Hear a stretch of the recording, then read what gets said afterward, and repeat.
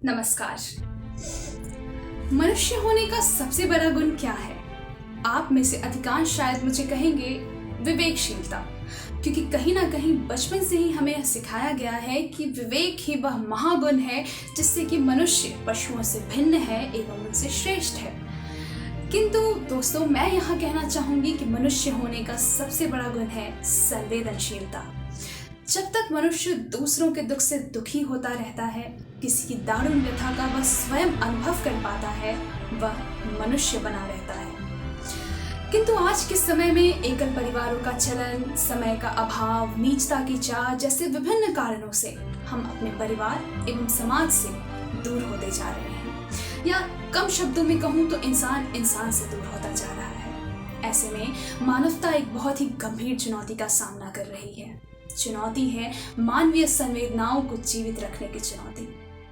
इस चुनौती से पार पाने के लिए कई लोग अपने अपने स्तर से विभिन्न माध्यमों से प्रयासरत हैं। इसी दिशा में एक छोटा सा प्रयास मेरी ओर से भी मैं आज आपको राष्ट्रकवि मैथिली शरण गुप्त के छोटे भाई सियाराम शरण गुप्त जी की एक अत्यंत ही मार्मिक रचना एक फूल की चाह सुनाना चाहूंगी। यह कविता एक ऐसी अछूत कन्या के इर्द गिर्द घूमती है जो कि महामारी की चपेट में आकर अपनी अंतिम सांसें गिन रही है। अंतिम इच्छा के रूप में उसने देवी के प्रसाद के रूप में चढ़े हुए एक फूल की इच्छा व्यक्त की है। उसकी यह इच्छा सुन उसके अछूत पिता पर क्या बीतती है और वह कैसे कैसे प्रयास करता है उसकी इस इच्छा को पूरा करने का, और इसका अंजाम क्या होता है, यह हम इस कविता में देखेंगे। तो आइए सुनते हैं एक फूल की चाह।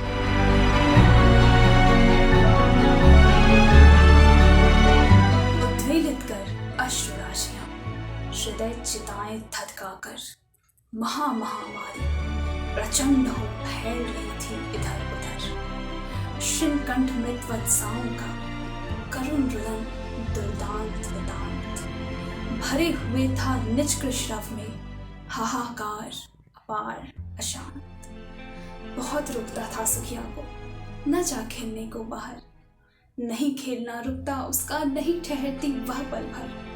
मेरा हृदय कांप उठता था, बाहर गया निहार उसे, यही मनाता था कि बचा लूं किसी भांति इस पार उसे।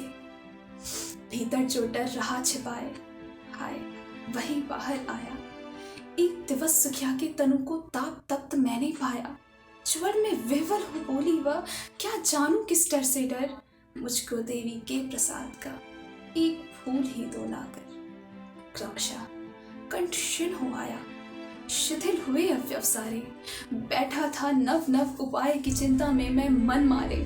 जान सकाना प्रभात सचक से हुई अलस, कब दो फेरी स्वर्ण घनों में, कब रवि डूबा कब आई संध्या गहरी।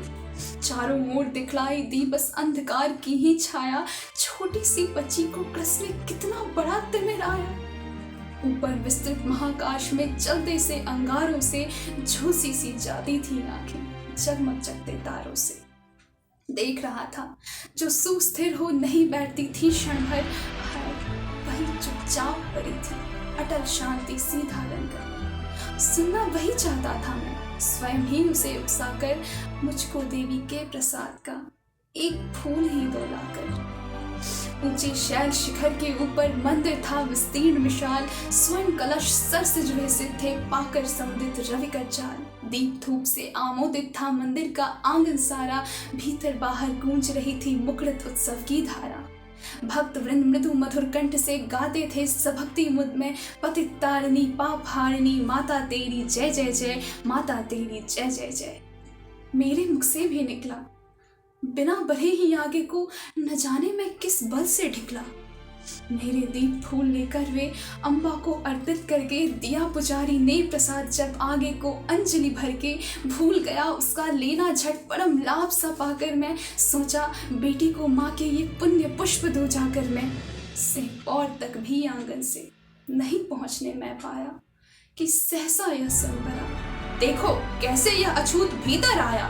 पकड़ो देखो भाग न जावे, बना धूर्त यह है कैसा। साफ स्वच्छ परिधान किए हैं हम भले मानुषों के जैसा।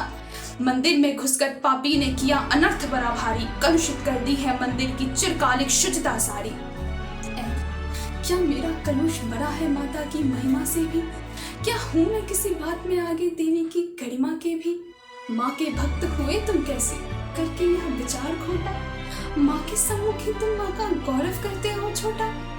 कुछ ना सुना भक्तों ने, झट से घेर कर मुझे पकड़ लिया, मार मार के मुक्के घूंसे धम से नीचे गिरा दिया। मेरे हाथों से प्रसाद भी बिखर गया।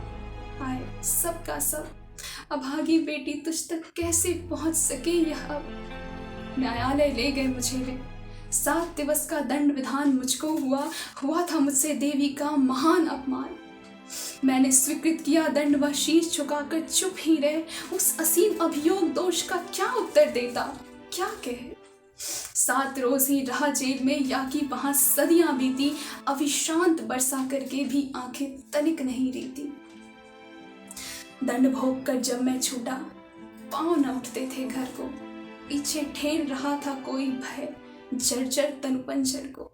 पहले किसी लेने मुझको नहीं दौड़ती हुई आई वह, उलझी हुई खेल में ही हाय अब की दी न दिखाई वह। उसे देखने मरघट को ही दौड़ता हुआ गया वहां, मेरे परिचित बंधु प्रथम ही फूंक चुके थे उसे जहां। बुझी पड़ी थी चिता वहां पर, छाती धधक उठी मेरी, फूल सी कोमल बच्ची मेरा धीरे। अंतिम बार गोद में बेटी तुझको ले न सका मैं हाय, एक फूल माँ का प्रसाद भी तुझको दे न सका मैं हाय, एक फूल माँ का प्रसाद भी तुझको दे न सका मैं हाय।